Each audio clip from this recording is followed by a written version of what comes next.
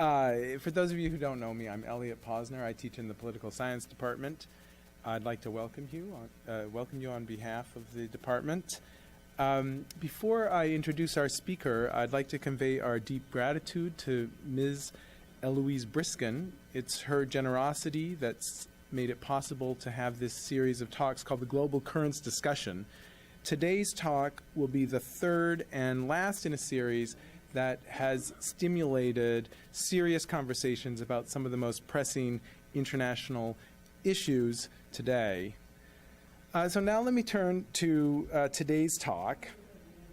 We could not have planned a more timely visit for Lauren MacLean, who, among other things, is one of the country's foremost specialists on the politics of Cote d'Ivoire. Lauren is an assistant professor of political science at Indiana University. In the short decade since she earned her Ph.D. from Berkeley, she's accomplished a lot. She spent 2 years at the University of Michigan as a Robert Wood Johnson Fellow. She's established herself as an expert on the politics of sub-Saharan Africa and American Indian and Alaskan Native communities, and has helped to stimulate much-needed debate in political science about our increasing reliance on a narrow set of methodologies. Lauren is the author of Informal Institutions and Citizenship in Rural Africa, Risk and Reciprocity in Ghana and Cote d'Ivoire, published by Cambridge University Press in 2010. Her articles have appeared in some of the most prestigious scholarly journals, including Comparative Political Studies, Comparative Studies in Society and History, the International Journal of Public Administration, and the Journal of Modern African Studies. She's currently co-authoring with Ben Reed and Diana Kapaszewski. This is her second book to be published by Cambridge as well. This one's entitled Field Research in Political Science. And in addition, she's co-editing a volume with Melanie Cammett entitled The Politics of Non-State Social Welfare Provision in the Global South. Now, I have known Lauren since our graduate days at Berkeley, so I was particularly eager to read her book to see what she's been up to over the last decade. And I can tell you this is a terrific book. It was a great read, and I highly recommend it. For social scientists, it's a model for designing and carrying out a careful comparative research. For political economists, it's an example of how to connect on-the-ground phenomena that affects real people so it connects this on-the-ground phenomena with national governments, the international economy, and Bretton Woods institutions for undergraduate students and general readers. And I know this firsthand because I assigned it in my course this semester. The book is an accessible and as well as sophisticated voyage into a part of the world with which we're integrally connected, yet about which we tend to know very little in this country. Finally, because of the tragic turn of events in Cote d'Ivoire, the research behind the book offers insight for understanding the horrific events that have unfolded on television over the last several months. It gives me great pleasure to introduce and welcome Professor Lauren MacLean.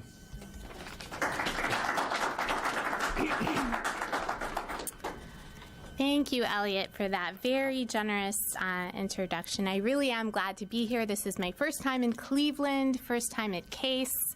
So it's been great to catch up with old friends, but also to meet some new ones and new colleagues.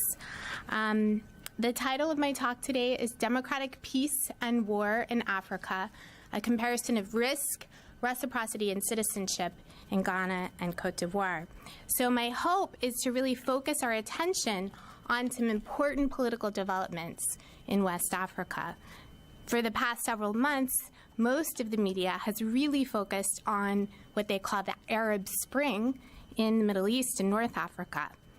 More recently, we've been consumed with the military intervention, or skirmish, in Libya, and I'm quoting Sarah Palin there, and the tsunami in Japan. Only in maybe the past week has the media begun to cover the events in Cote d'Ivoire more seriously. But here, the media's lens has really focused on the rivalry between two presidential candidates, particularly the tension since November 2010, when the internationally agreed upon loser, former President Gbagbo, wouldn't leave the presidential palace. So what I'd like to do today in this talk is to put these contemporary news events not only into a longer historical perspective, but also a comparative perspective. So I'd like to compare what we see as the war in the headlines of Cote d'Ivoire with the relative democratic peace in Ghana.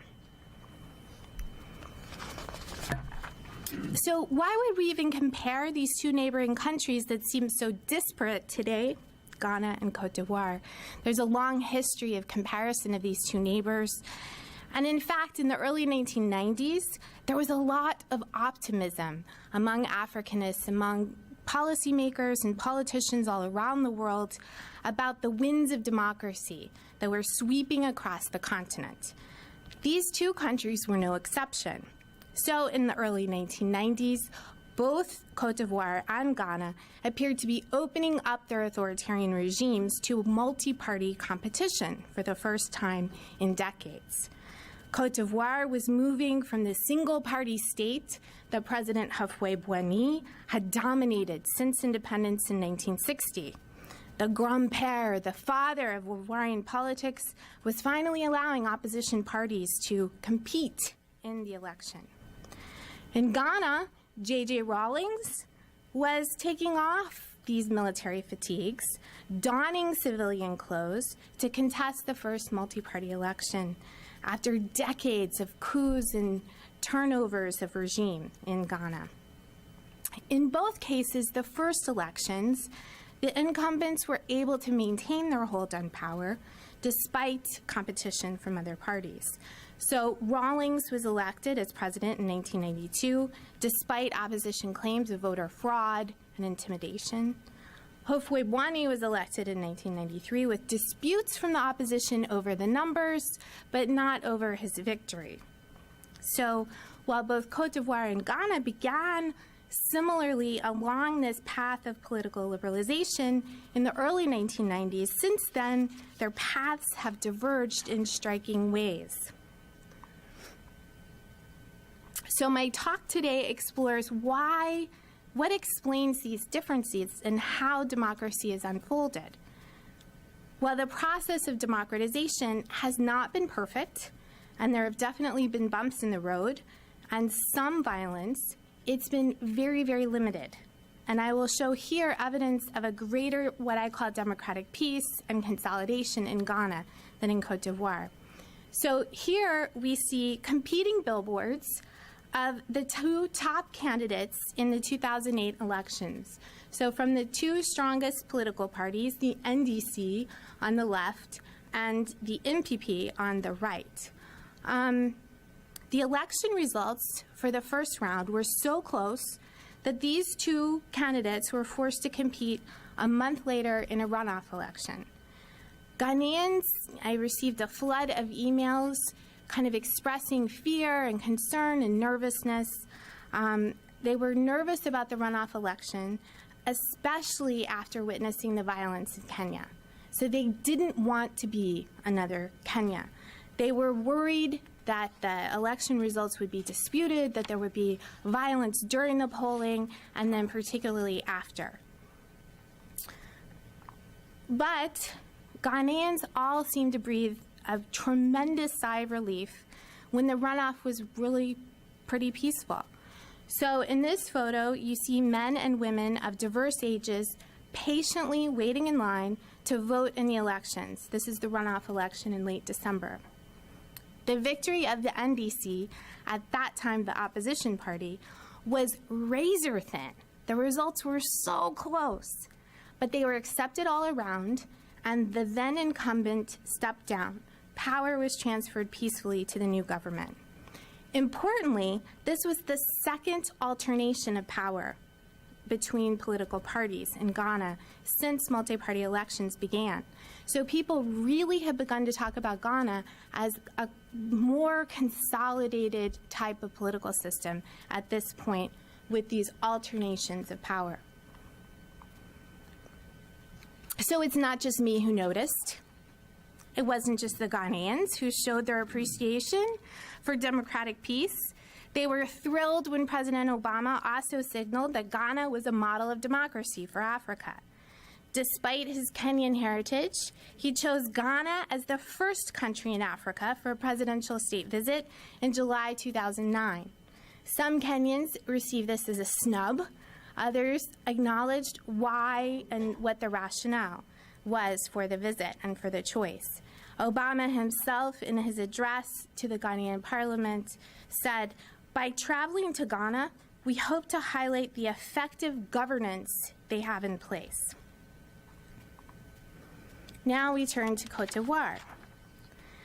The democratic peace in Ghana contrasts sharply with what we have seen there since 1999. So this photo of youth clashing in the streets of the capital city of Abidjan may look like something you've seen recently in the news, but it was actually taken in 1999. I want to illustrate here that the events that we've been witnessing recently have a much longer history. So after being recognized widely as one of the most stable countries on the continent, Cote d'Ivoire was destabilized in late 1999, immediately after my own departure from field work, with a military coup. So the coup was then followed by instability and basically ethno-regional civil war. So this map on the right highlights how the national political system had basically broken down and how the country was essentially divided into a mostly Christian South governed by one set of political elites and a mostly Muslim North governed by more than one group of leaders.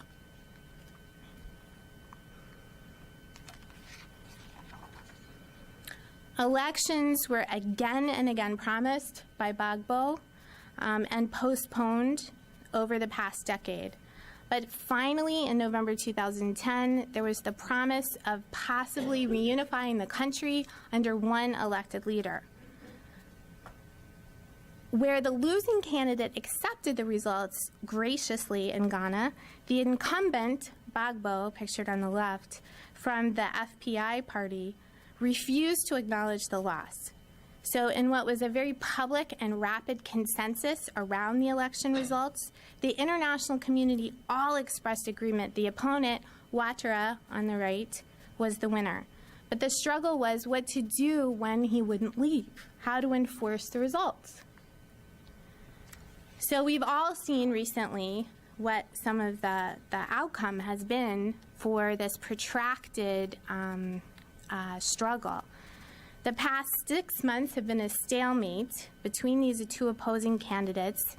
It's made good fodder for late-night TV about them, facing off from their respective hotel rooms. But the way this is experienced on the ground is that there have been a number of battles in various regions of the country, and then fought finally in the capital city in Abidjan. Very upsetting for scholars like myself, where Cote d'Ivoire was always the host for refugees from its war-torn neighbors in the region. Now, hundreds of thousands of refugees have been forced to flee their homes for Liberia, Guinea, Ghana, Togo, and elsewhere. You can imagine further the strain that these Ivorian refugees are putting on those recently reconstructing and impoverished countries. So even with the recent military assistance of the UN, the French, the arrest of Gbagbo, violence appears to be continuing in the capital. The question remains whether this internationally recognized president will be able to consolidate his support domestically, and whether he's able to control this myriad of paramilitary and military soldiers. What does seem clear is that democratic peace is still a long way off in Cote d'Ivoire. So the question that I'd like to turn to in this talk is, why has Ghana turned over power to the opposition in peaceful democratic elections, while Cote d'Ivoire has been racked by this long ethno-regional civil war. What I will argue and emphasize is that we need to look beyond national electoral politics to understand how Africans think and participate politically at the local level. So where other scholars are investigating the formal electoral institutions or how various political parties are organized officially in the capital cities, I emphasize the importance of informal institutions.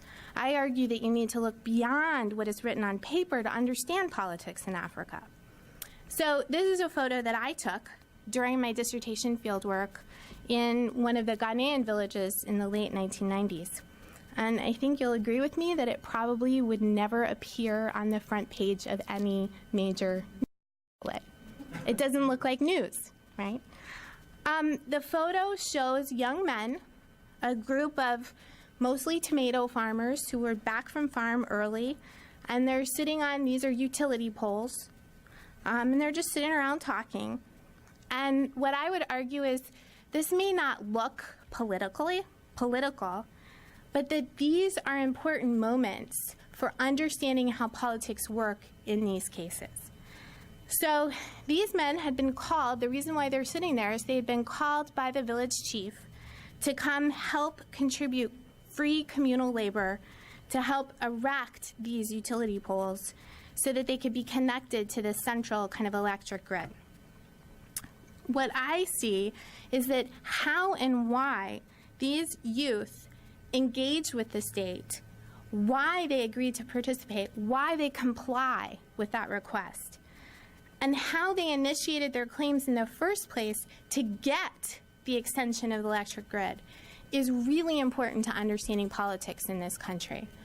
Meanwhile, the village right down the road, unfortunately named Ohia, Poverty, is left out of the electric grid.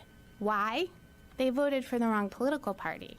So there's really important kind of stories to be told at the very local level.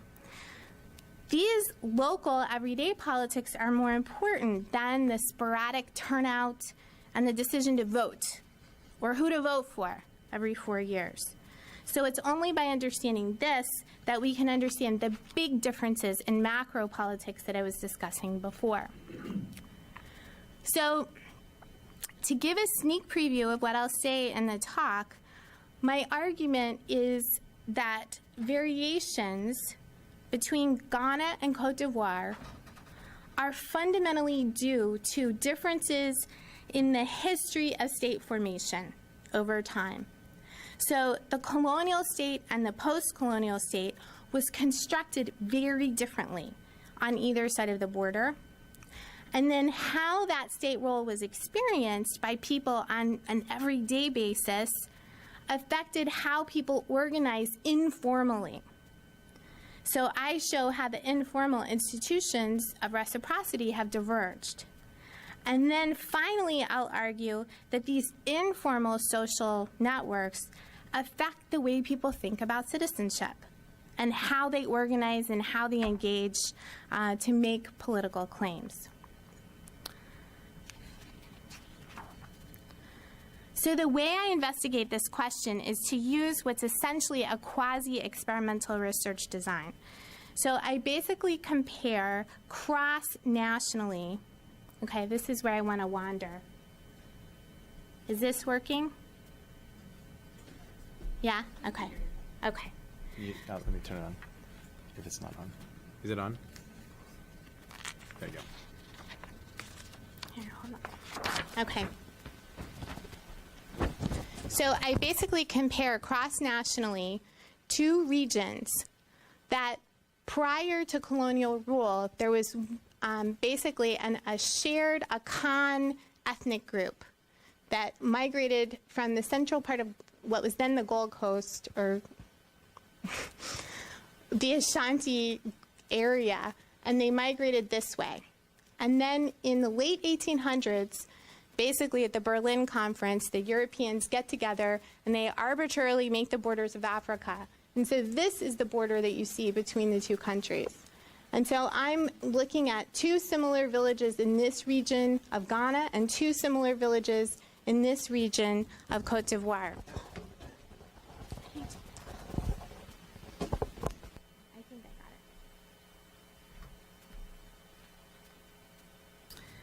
So basically, the villages and the regions were not just similar in terms of their shared ethnic culture, their pre-colonial ethnic culture, but I also chose villages that were similar in terms of the distance to roads, the levels of infrastructure, the distance from the coast, the levels of education, the incorporation into the global economy. So these are both kind of cocoa growing areas, relatively wealthy compared to the rest of the country. And these are many of the important variables that we might imagine would affect some of the outcomes that I'm able to control with this design. Now, this is a photo of one of my research assistants conducting an interview with a woman on the outskirts of one of the villages in Cote d'Ivoire. And I show you this photo to highlight the face-to-face nature of the data collection. So I spent in total about 18 months in the field in 1996 and then in 1998, 1999. The timing of this data collection is important because it all occurred prior to the beginning of the breakdown of this ethno-regional conflict in Cote d'Ivoire. So it's a particularly opportune moment to understand how things are organized. That was not planned, but it worked out well. In this study, I combined quantitative and qualitative methods. So I did a survey in the two villages with about 400 people, focus groups, in-depth interviews, oral histories, observations, and also policy and archival research, which I'll draw from a little bit of each of these things during the talk. So the beginning stage of my argument is that the key differences we see in these two regions were due to the very history of how the state was actually constructed and formed over time. So I need to acknowledge that this is actually a controversial argument. So what I'm saying directly challenges much of the theoretical literature and scholarship, especially in African politics, which theorizes the weakness of the colonial and post-colonial state in Africa. So some scholars have argued that really the differences between British indirect and French direct rule have been overstated and oversimplified, and really this is kind of a stupid argument.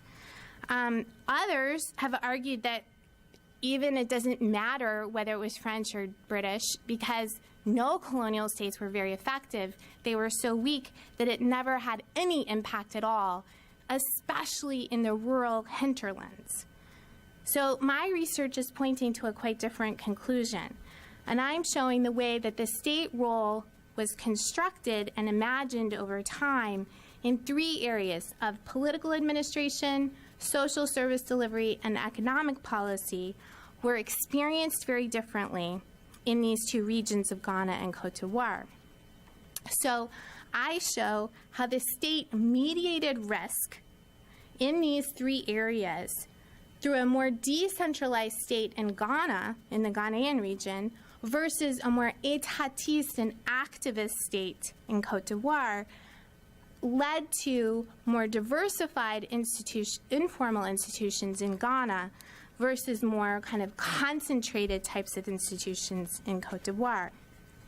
So basically, the state is affecting these very informal social reciprocity, the way people help each other, the extended family system, the ways village neighbors help each other.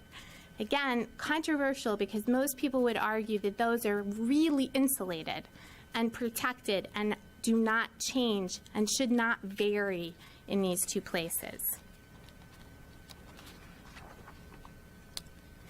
So my book covers all of these areas, but we don't have enough time for that. So I am going to try to save time for discussion and only highlight one, the state, the different roles of the state in political administration.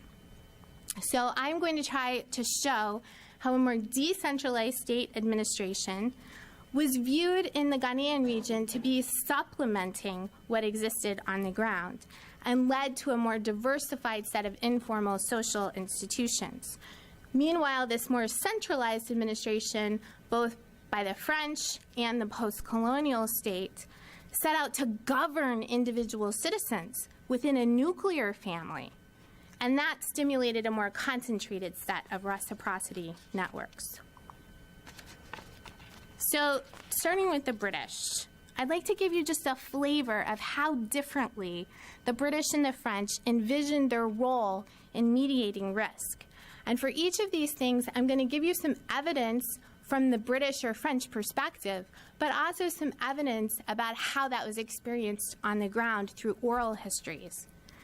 So according to the British colonial records, the British objective in administration was not to replace, but to adapt as far as possible the indigenous African institutions.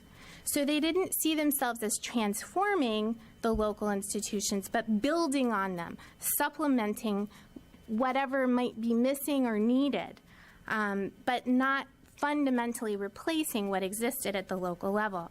The British notably spent a lot of time trying to understand these local institutions. In my oral histories with elders, as they recalled their own experiences as well as what they had kind of heard from their parents and grandparents and uncles and aunts, they described the chiefs, so the local institutions that the British were working with, as the leaders and the spokesmen for the people. The chiefs were the local government, so they really emphasized how important that they had still been. This really highlights how the colonial government was extended, but working with what existed on the ground. Meanwhile, the goals on the French side were quite different. So we can see the differences even in who speaks about the administrative goals and where those records are located today. So as a researcher, I did most of my archival research on Ghana in the capital city of Ghana or in regional capitals in Ghana. So very decentralized housing of records. In contrast, for my archival research in Cote dIvoire, I did it in Paris. Now, there were advantages. It was air-conditioned, and I had computer access. But you can see kind of the very different ways of kind of organizing the state, even in terms of where these records are today. In this quote, we can see the centralization of governance because it's the Governor General for all of West Africa who is speaking. And he says, the Commandant de Cercle alone gives orders. Only he is responsible. The native chief is only an auxiliary instrument. So this notion of auxiliary is repeated in many of the colonial records. But what about the village experience? My oral histories with elders, they also spoke in very different terms about the role of chiefs during the colonial era. So they described the chief as the representative of the state here. Very different viewpoint on whether or not they were being represented upward. They often also remarked about how the chief was charged with conscripting forced labor, and they were very resentful about the chief's role working for the French. So this is one point in time. In the book, I kind of trace this process of political administration through independence, but I'll give you a second snapshot here. The second snapshot is of how the post-colonial state also approaches administration quite differently. And this is despite a shared global pressure to decentralize. So you have huge pressure and financial incentives to kind of adopt these decentralization programs. In the 1990s, the Ghanaian post-colonial government was actively involved in one of these decentralization programs, but it looked very different in Ghana than it did in Cote dIvoire. So in Ghana, decentralization was a more genuine devolution of decision-making, all the way down to the district and to the village level. In 1988, 110 new district-level assemblies were created. In 1998, unit committees were created at an even smaller political level. So in the villages where I was living, the unit committees were really important and had recently been elected. They would meet twice a month, and they would deliberate, and they often shared authority with the village chiefs, to the extent, even in one of the villages, the unit committee actually held the traditional gong, which was kind of a sacred instrument used to share the news from the chief. And it was a unit committee member who held the gong and then would work in collaboration with the chief to see what news needed to be shared. In contrast, the Ivorian government was also ostensibly committed to decentralization. They talked about it, but it looked very different on the ground. So in Cote d'Ivoire, it was essentially deconcentration. So they were moving the central bureaucracy out to the people. There was very little room for any kind of local participation, any kind of local decision making. So when I interviewed ministry officials in Abidjan, I said, well, what's happening with decentralization? And they said, oh, madame, we are working very hard on this, but you must understand this takes time to bring the state down to the villages. So there was a very explicit kind of recognition of how this authority was being deconcentrated. In the region where I conducted field research, new sous-prefectures had been created, but those were still over an hour away and very expensive to travel for village residents. So this was a very distant kind of connection with the state. There was no elected body at the village level. So there was no institution at the village level to make decisions or to deliberate. The village residents, when I talked to them, also kind of expressed this very detached and kind of top-down view of decentralization when they said, our village now belongs to the commune of the regional capital. So again, there's an ownership that comes from the top down.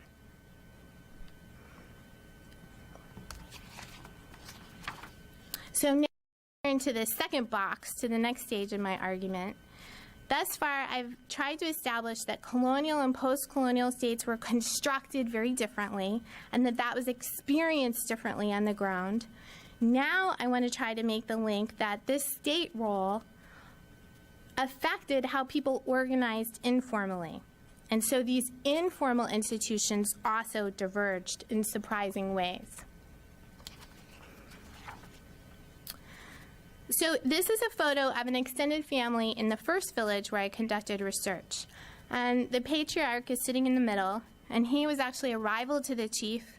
When he heard of my arrival in the village and my living situation at the chief's palace, he then invited me over to lunch every Sunday to debrief me and kind of give me the other side of whatever story I'd been hearing. Many development economists, anthropologists, historians, political scientists have theorized that informal institutions of reciprocity, the ways that people kind of help each other in times of hardship, in extended families such as these or among village neighbors, are really important, especially in Africa and particularly in rural Africa. So when I started to do this research, I found that there were many assumptions about the strength and the resiliency of these informal institutions, particularly in the era of neoliberal state retrenchment. People imagined that as the state withdrew, these institutions would kind of automatically surge and become really powerful. But there was not a lot of data about who was actually included, who might be excluded, and how these things were actually operating. Most of the myths about these informal institutions would have predicted that there should be no variation between the villages I studied based on kind of their shared pre-colonial cultures, similar kinds of land tenure institutions, matrilineal institutions, and all of this. So part of my data collection was to try to document this reciprocity. I asked about 17 different kinds of help that might be given and received. I tried to ask about it over a 12-month period to avoid seasonality biases. If I asked in the hungry period in one place and the harvest time in another, or Christmas time in another, it would really skew the data. I also asked about how much to or from who, so specific social ties, so auntie, cousin, specific social ties. And then I asked if it was a gift or a loan. And this actually came from the pilot of the survey, realizing I assumed that all of this was gifts, an exchange of gifts, and many of the exchanges that were being made were actually conceptualized and understood to be loans. So, what did I find?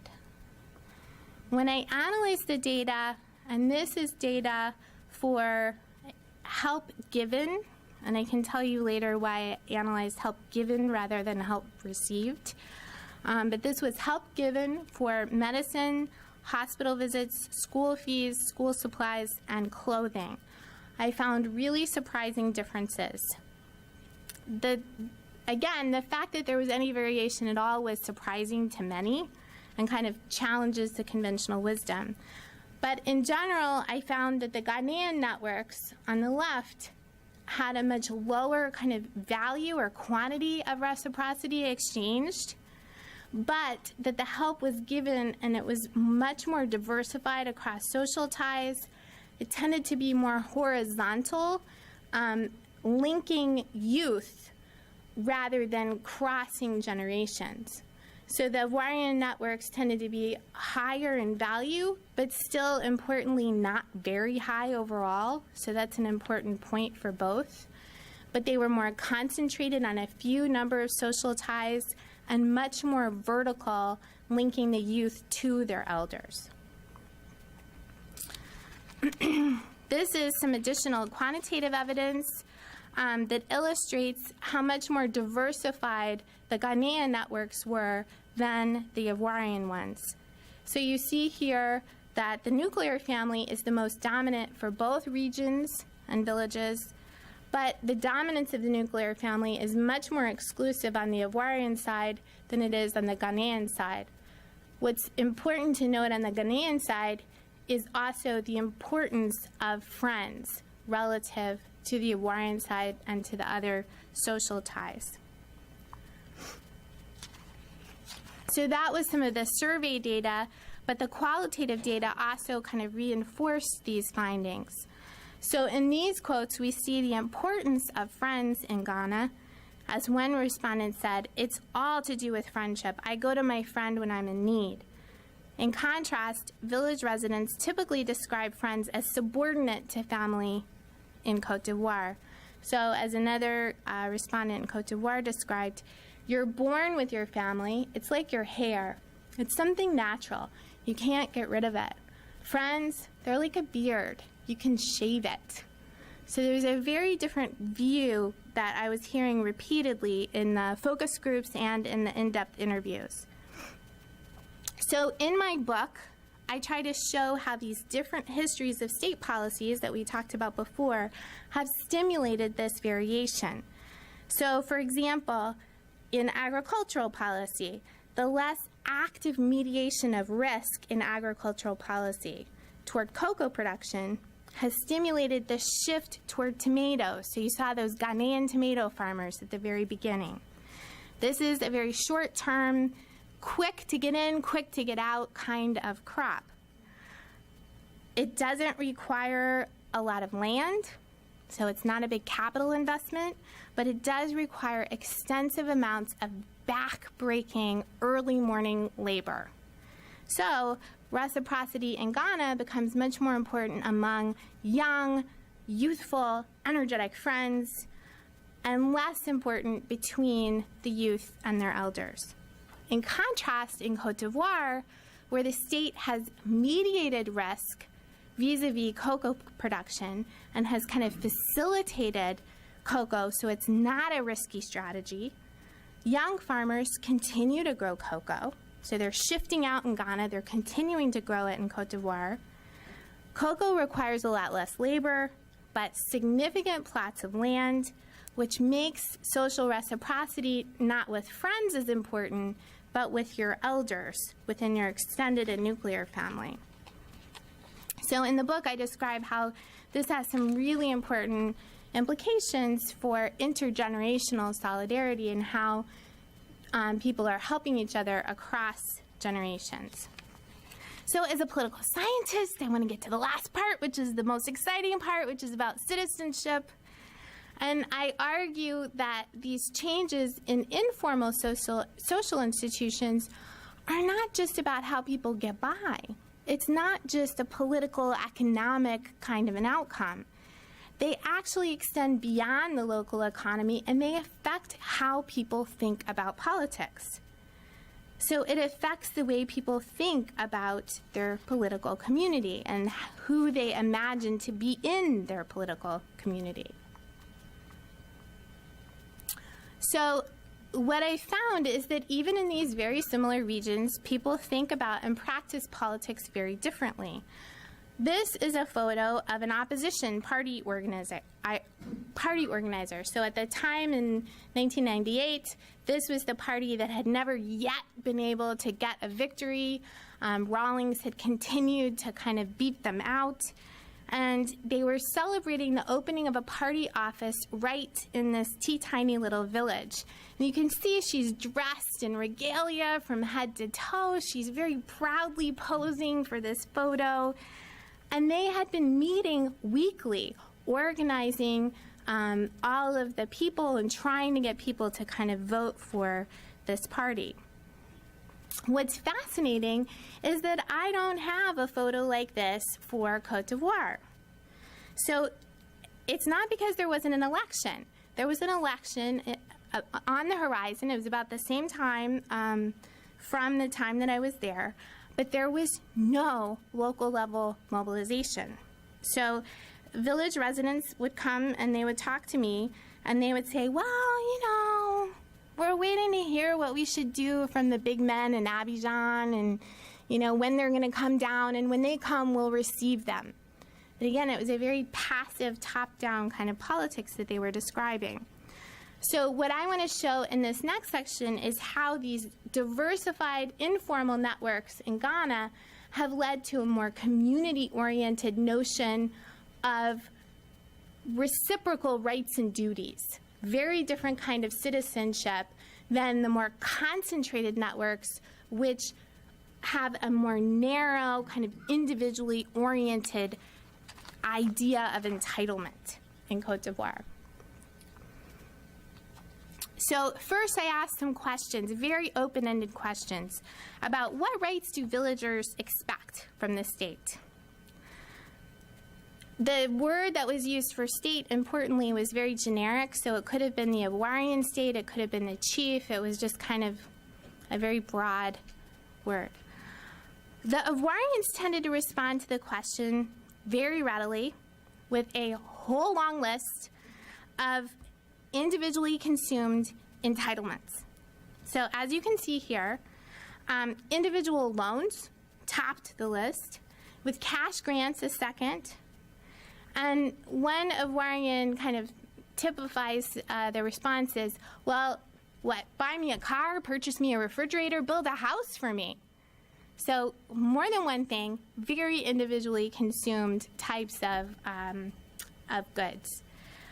In comparison, the Ghanaians tended to articulate social services, employment, which you could think of as individually oriented, but it's not kind of a consumable good. It's still, there's something productive about it. But what they would typically talk about were these public goods, like we need electricity and good roads. So a very different sense of what their rights were.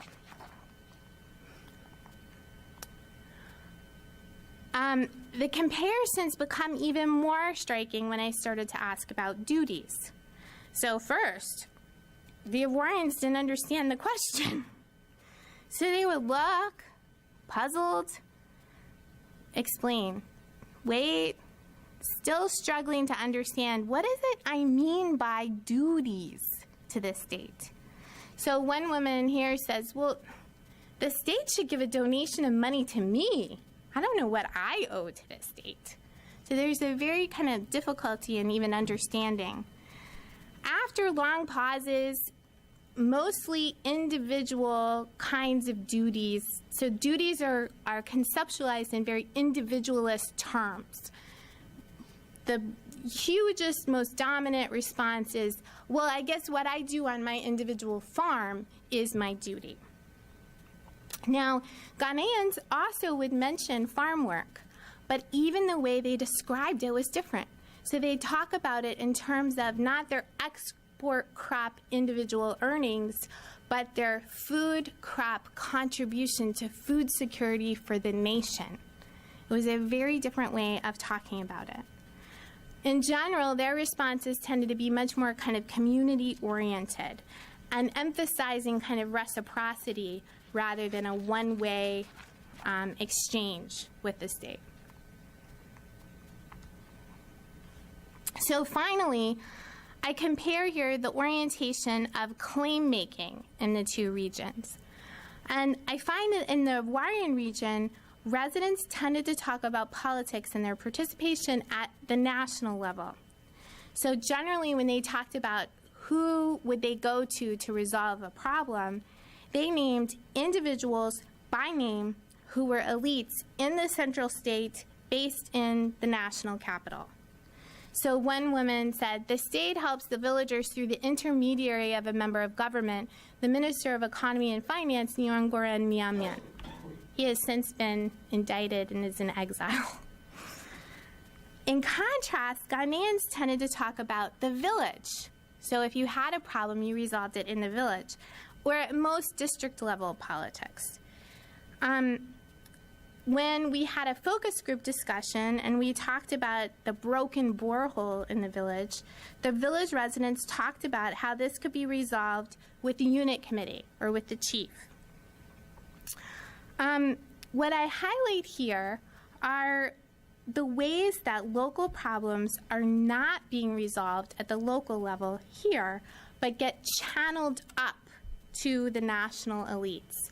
So local politics become kind of things that cleave the national political community in Cote d'Ivoire and not in Ghana. So to conclude, even in these very remote rural villages, what I'm highlighting is that the construction of the state was experienced very differently over time and that it mattered. This divergent history then transformed these very informal social institutions, and then those very different social institutions had political consequences. So these were not just coping mechanisms, as they're often described, but they had political consequences in the ways that politics operated on the ground. So my conclusion is if we want to understand the puzzle of democratic peace in Ghana and war in Cote d'Ivoire, we have to look beyond these formal rules and the national elites and examine the everyday politics at the local level. So this kind of comparative historical analysis helps us understand from the ground up the boundaries of political exclusion and the roots of civil conflict and frustration in Cote d'Ivoire versus the basis for democratic peace in Ghana. Thank you.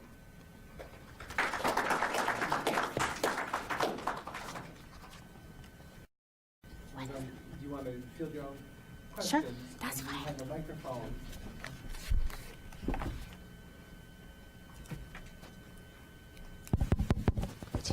I'm happy to go first. Yeah. Thanks so much for that great talk, Lauren.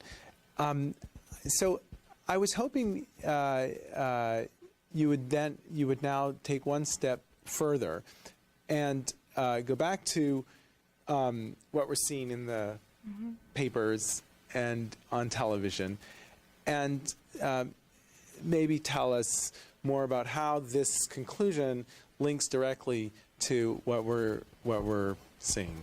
Yeah. So what I would argue is that kind of the and what I would argue is that at the very local level in Ghana, it's not that people aren't aware of ethnic or religious differences. So there are the very similar kinds of patterns where you have a Muslim northern minority on both sides of these regions. So they both have kind of similar ethnic demographies in these different villages. People are aware of these differences, but because of the way that the state has been experienced and the ways that people are kind of organizing themselves, when they are helping their friends, they are often helping friends who may be outside of their extended family, often outside of their ethnic group, and sometimes outside of their religious group as well. So there is more cross-ethnic cooperation at the local level within the informal institutions in Ghana. The combination of that and the fact that you have these local level decision-making bodies that people can go to. So when there are conflicts, one, it's possible that they already know someone who is not in their ethnic or extended family that they have close social ties with. Two, if there is some kind of a problem, there's a local institution to resolve the conflict. So it's not that difference isn't noted or that conflicts don't happen, but they get resolved at the local level in Ghana. They don't channel up to the national level. In Cote dIvoire, in contrast, what you have is a history where exclusion is harder, and you have the difference between the rich and the poor is overlapping with ethnicity and religion, and you don't have cooperation across these different groups at the local level. So those differences they're noted, and they create more kind of conflict.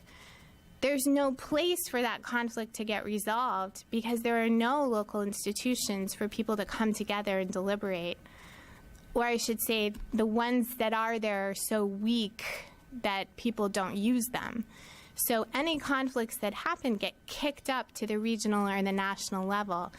So what I see is that these conflicts then kind of get channeled and they become magnified in the Ivorian context, and they actually kind of blow out and get projected on the national political scene where that wouldn't happen in the Ghanaian context.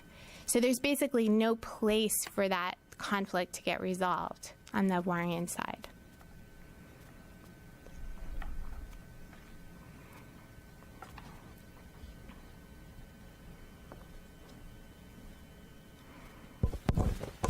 Thank you. I, too, thought it was a terrific talk. And I want to say that it kind of confirms my own experiences in the South African context. Why South Africa was so lucky not to have exploded after majority rule. In every town and village, there were literally dozens of organizations that were like a fabric of a training ground for democracy. And with, singing clubs and soccer clubs and youth groups and trade unions and you name it, women's groups, they were just all out there. And they were regularly meeting. They learned what it took to work out problems. And a lot of countries in Africa didn't have this experience. And the result was when they were, voting is not democracy. It's only a small step in the way to democracy. And I think your research really adds to that kind of argument that you have to experience democracy firsthand in order to be able to handle it on a larger scale. No, so, this is, I have read some literature from South Africa that does seem to resonate with what I'm finding in Ghana. And it's not just the chieftaincy institutions, because there's some good work that's talking about how these chieftaincy institutions continue to persist in the multi-party system and play a role that actually may be positive for democracy and not kind of antithetical to democracy. So some really interesting work on that in South Africa. But also just kind of the what people learn as they're participating in these different groups, I think, is really important. I've done some other research, though, that kind of suggests that you really need to look within these different associational groups to try to understand how are they structured and what are people learning from those associations. So on the Ivoirian side, there are producer cooperatives that look from the outside, like if you read Ashutosh Varshney's work on India, you might think, oh, this is great. This is how we're going to be able to reduce conflict, are these producer cooperatives that involve everybody. But they are so hierarchically structured and so exclusionary that what you learn is how to be left out of decision making and how to be kind of exploited. So I think, again, I guess I'm pushing scholars to try to unpack and look deeply and look locally to try to understand how these things play out.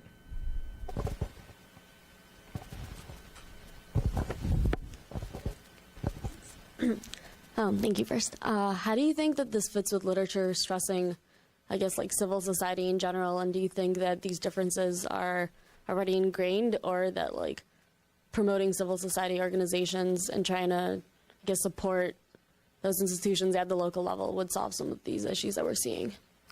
I'm starting to kind of engage with more of that literature now, as I'm looking even more comparatively at the role of non-state actors in the provision of social welfare.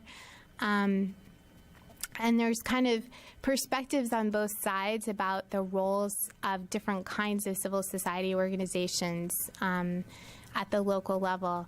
Again, I guess some of the literature on civil society, I think, is overly optimistic and paints a very rosy picture about what the consequences are going to be for service delivery, for democracy, for, everything, prosperity, for everything. And I would say that, again, it really kind of depends. It depends on kind of how that civil society organization is structured and who's participating. And one of the things that we're looking at in terms of social welfare provision is also the notion of sustainability. So a lot of NGOs in both of these contexts do not have long shelf lives. So they're kind of rotating in and out. And I find that also in my work in American Indian health, that it's very difficult to have effective service delivery, but also kind of positive political learning when the turnover is so high. And that, they're very precarious because of their dependence on international funding. So I think there's a lot of interesting areas for more research in that area.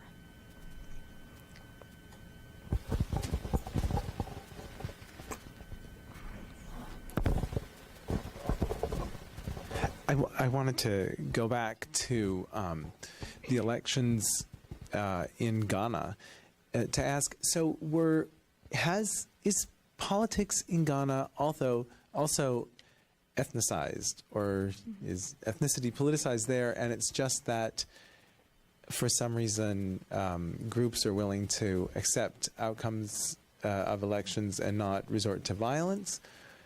Were there political entrepreneurs who tried to use ethnicity in Ghana and it just didn't stick? Or how where does it how does that work out? So there has been a fair amount of scholarship that's trying to look at voting patterns, to look at whether people are kind of voting on ethnic bases in Ghana. particularly because it's this more promising case of democratic consolidation. You know, maybe we actually have programmatic parties in Ghana. And I wouldn't go that far. So, you know, there are kind of associations between certain political parties and certain ethnic groups, you know, from their kind of founding members and their original social bases. What I think is different is that it is not part of the rhetoric that's used by political elites. So it's even if it's there and it's partially operating, it is not being mobilized or played upon or used at the national level in the same way where it is just very blatant, obvious, and ugly in Cote dIvoire. So it's very much in the back seat, I think. And a lot of the research that's been coming out is kind of inconclusive that it's very complicated how people are voting, that it's not kind of along ethnic lines per se, or that might not be the causal mechanism. So it might be correlated with ethnicity, but that might not actually be what's driving their vote. So.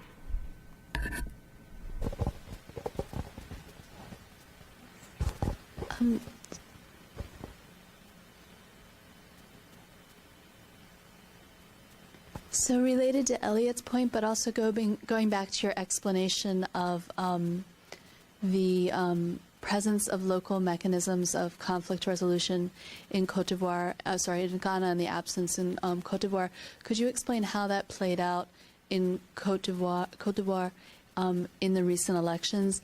Is because my understanding, just from reading a few news articles about it, is it was really a conflict over the election results, and it was initiated and strengthened by the contenders themselves. Not that it was some conflict that bubbled up from below and then was leveraged or used by political entrepreneurs such as the contenders at the national level. So I didn't quite see how the local and the national, the absence of the local conflict resolution or decision-making bodies at the local level might have played out in this national conflict, if they did at all. Yeah. Not that your theory needs to explain everything. Yeah. No, I guess what I would say is that it is true that there is this kind of national level contest over the election results themselves. What I would argue, though, is that this conflict really has a much longer history, and it's really, so the original kinds of tensions between these political elites do reflect deeper levels of kind of exclusion.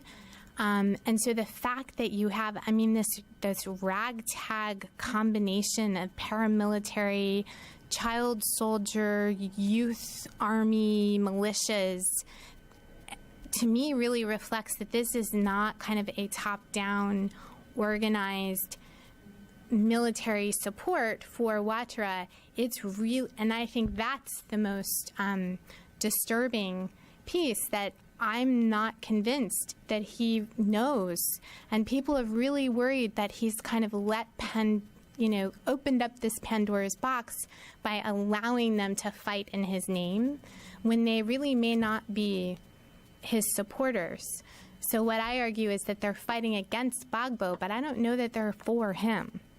So, I think there is kind of a longer level of local political and economic exclusion in Cote d'Ivoire that just was not ever acknowledged, and just the opportunities for prosperity were so kind of shut down and systematically shut for certain groups.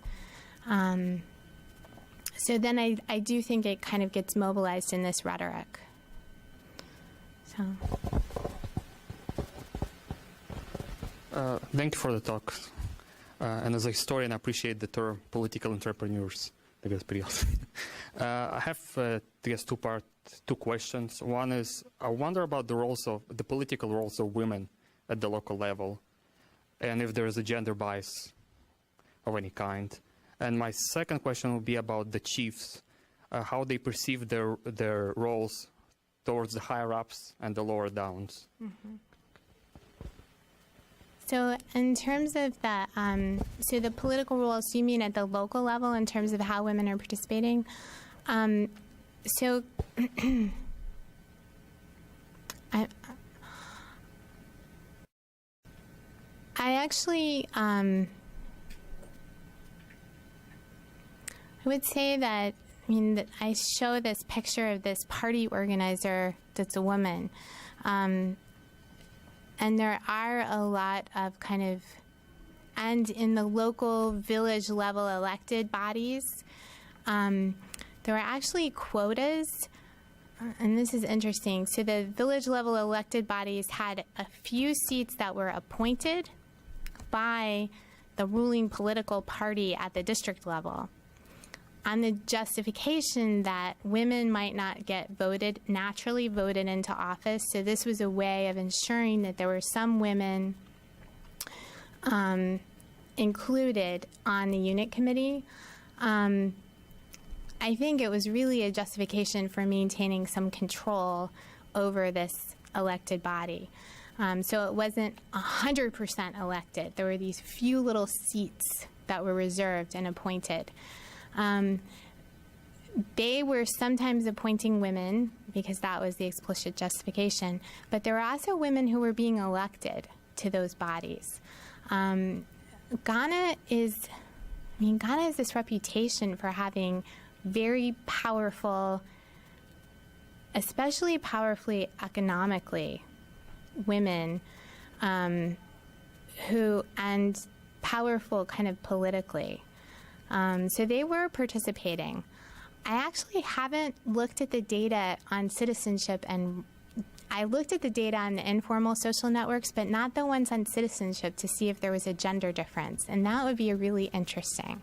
So I should look at that. They were very active also in local churches, which I argue is one way that people are learning to practice democracy, is in these church groups that are meeting. And those were often single ed, so that the women had women's groups that they were very active in. On the Ivoirian side, not so much, but not so, it was just, I'm not sure that there was a gender bias. It's just no one was really organizing as much on the Ivoirian side. But that's a really important question. In terms of the chiefs, the chiefs definitely perceived their roles very differently. And in, they were very conscious of exercising their authority. So when, whether it was getting approval for the research or when there were conflicts that came up as I was conducting the research, the chiefs were very active and wanting to be sure that things were resolved in the village. Yeah.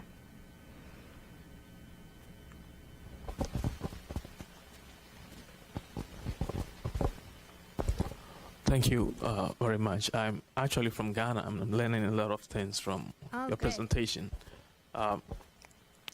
When you compare Ghana with Brown Harbour region, the village that you did your research, and you compare these two villages in Ghana and Ivory Coast, when the chiefs.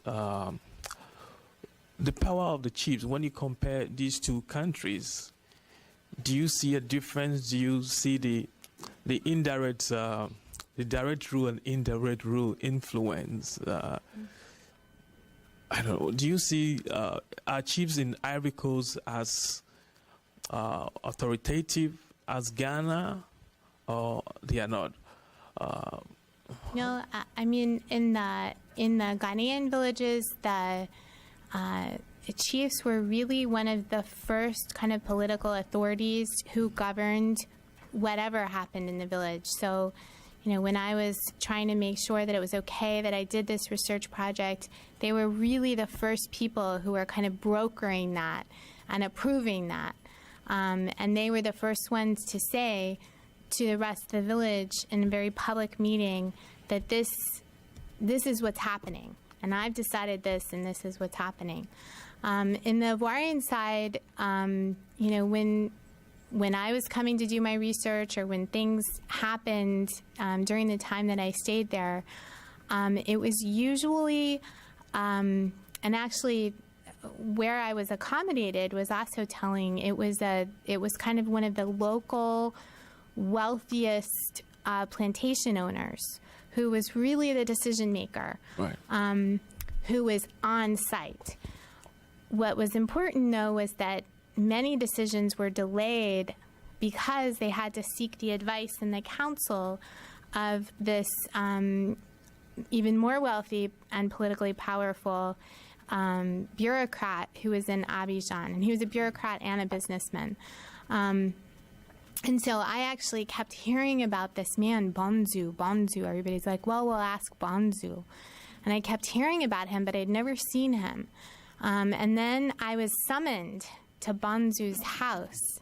And I was really nervous about meeting this man, that I'd heard and who was so powerful. And I don't think I ever went to his house in the national capital, but it was in the regional capital. And I was brought in, and there were just tons of people, like supplicants, waiting to meet with Bonzu, who I was quickly rushed past and brought into kind of an interior parlor. And we had this really long discussion, and he, very generous, and fed me, and it was becoming quite late, so then he offered to drive me back to the village.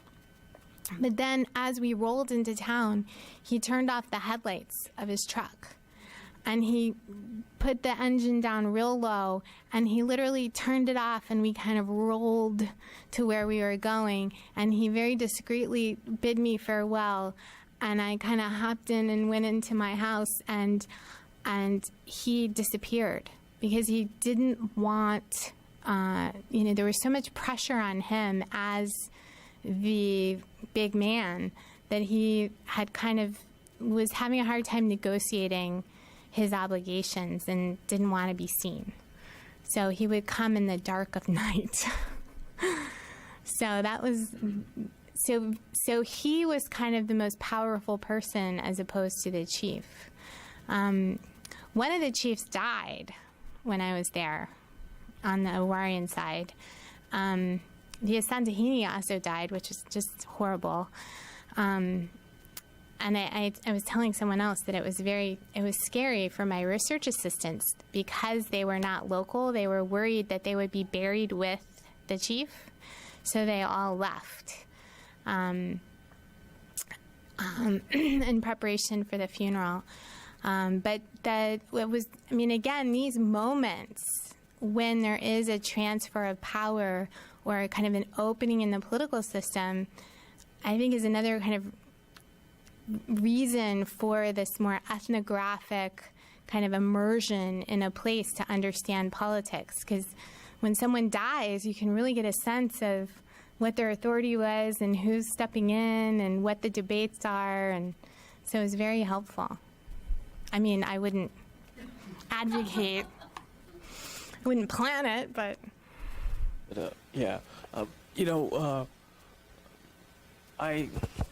I've read a few articles that have said the chiefs are democratic than some of the leaders, that more democratic than some of the leaders that we have had, because the chiefs have their council of elders, and they have, the Queen Mother, and the Queen Mother.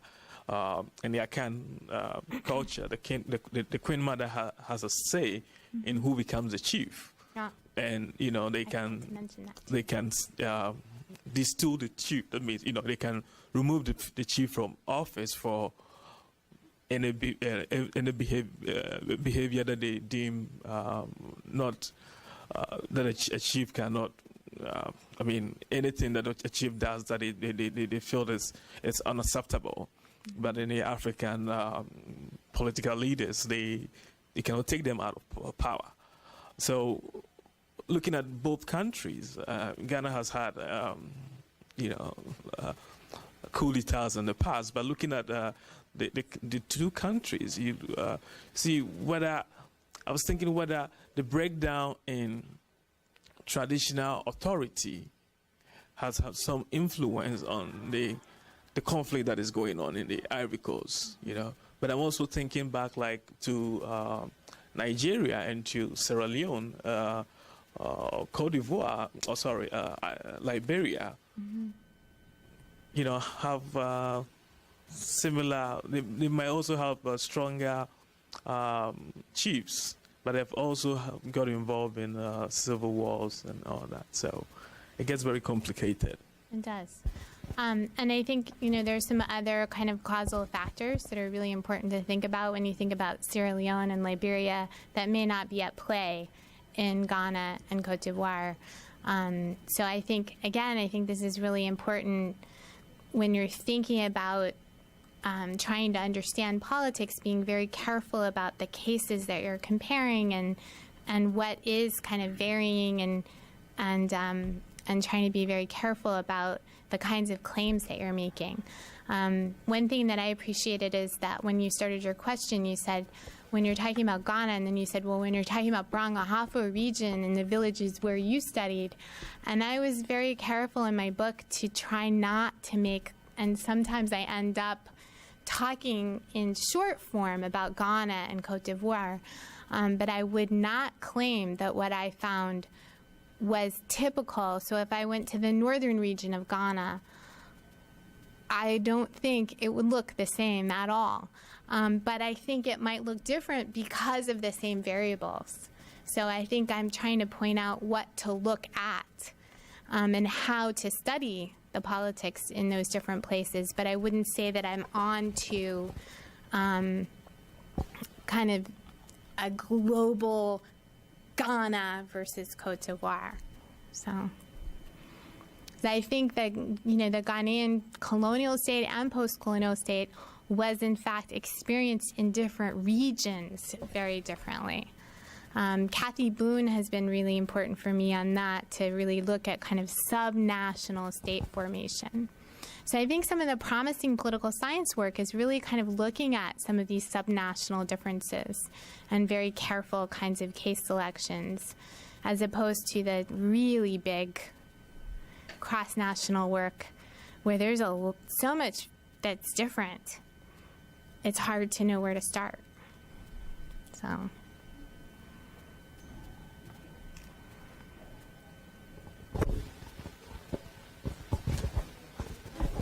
Well, if there's no more questions, let me thank Lauren MacLean for a really stimulating talk and a great question-answer session. Thanks so much for coming. Thank you for having me.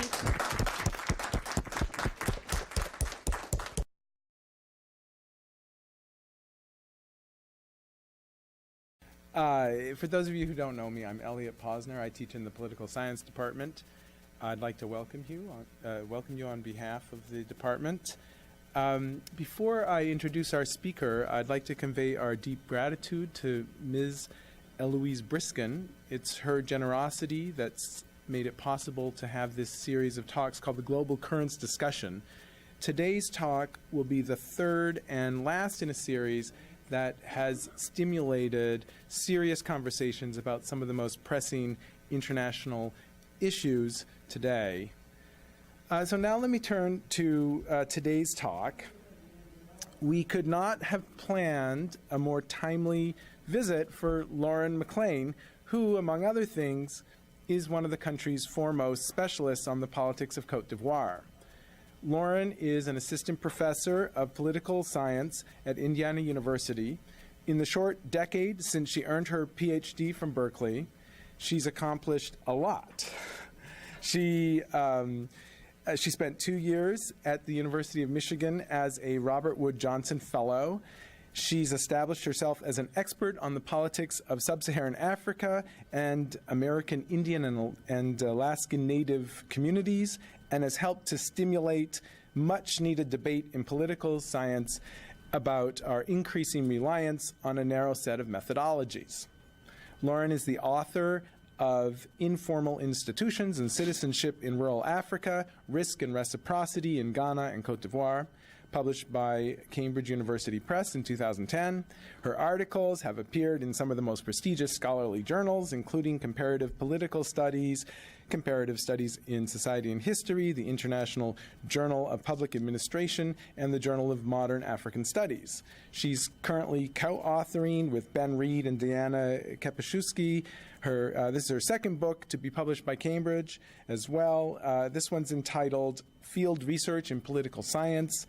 And in addition, she's co-editing a volume with Melanie Cammett entitled The Politics of Non-State Social Welfare Provision in the Global South. Now, I have known Lauren since our graduate days at Berkeley, so I was particularly eager to read her book to see what she's been up to over the last decade.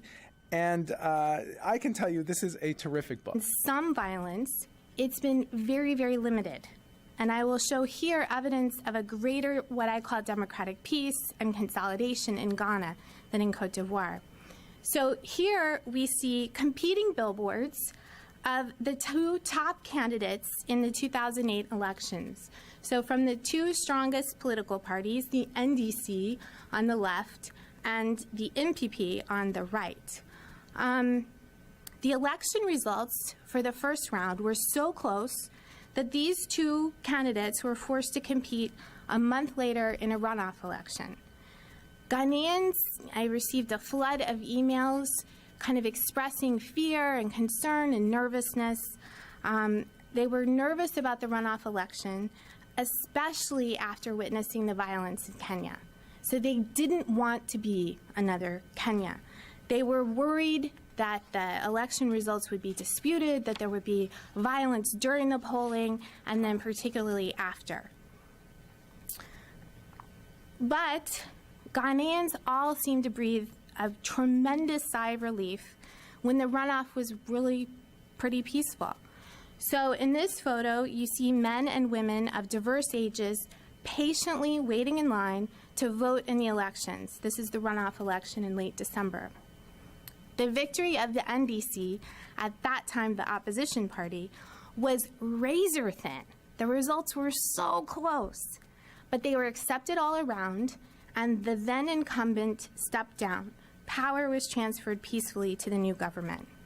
Importantly, this was the second alternation of power between political parties in Ghana since multi-party elections began. So people really have begun to talk about Ghana as a more consolidated type of political system at this point with these alternations of power. So it's not just me who noticed. It wasn't just the Ghanaians who showed their appreciation for democratic peace. They were thrilled when President Obama also signaled that Ghana was a model of democracy for Africa. Despite his Kenyan heritage, he chose Ghana as the first country in Africa for a presidential state visit in July 2009. Some Kenyans received this as a snub. Others acknowledged why and what the rationale was for the visit and for the choice. It was a great read, and I highly recommend it. For social scientists, it's a model for designing and carrying out a careful comparative research. For political economists, it's an example of how to connect on-the-ground phenomena that affects real people so it connects this on-the-ground phenomena with national governments, the international economy, and Bretton Woods institutions, for undergraduate students and general readers, and I know this firsthand because I assigned it in my course this semester. The book is an accessible and as well as sophisticated voyage into a part of the world with which we're integrally connected, yet about which we tend to know very little in this country. Finally, because of the tragic turn of events in Cote d'ivoire, the research behind the book offers insight for understanding the horrific events that have unfolded on television over the last several months. It gives me great pleasure to introduce and welcome Professor Lauren MacLean.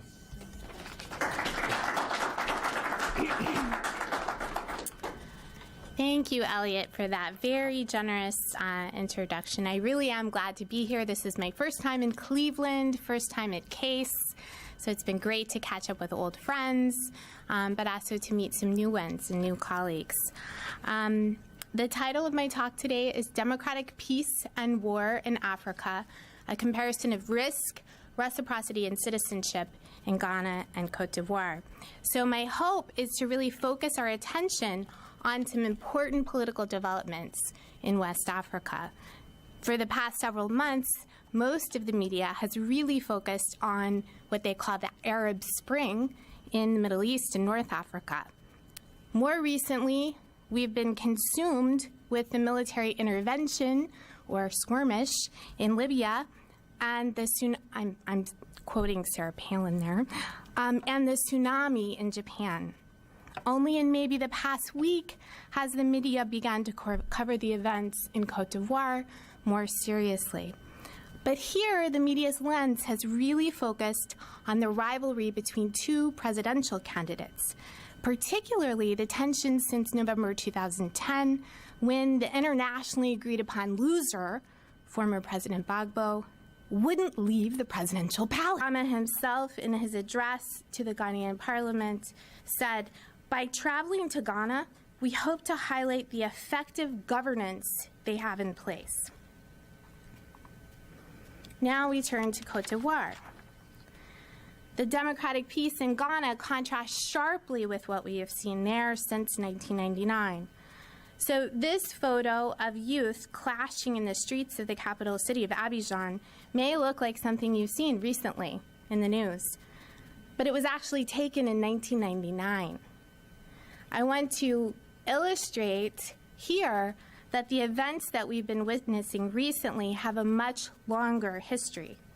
So after being recognized widely as one of the most stable countries on the continent, Cote d'Ivoire was destabilized in late 1999, immediately after my own departure from field work, with a military coup. So the coup was then followed by instability and basically ethno-regional civil war. So this map on the right highlights how the national political system had basically broken down and how the country was essentially divided into a mostly Christian South governed by one set of political elites and a mostly Muslim North governed by more than one group of leaders.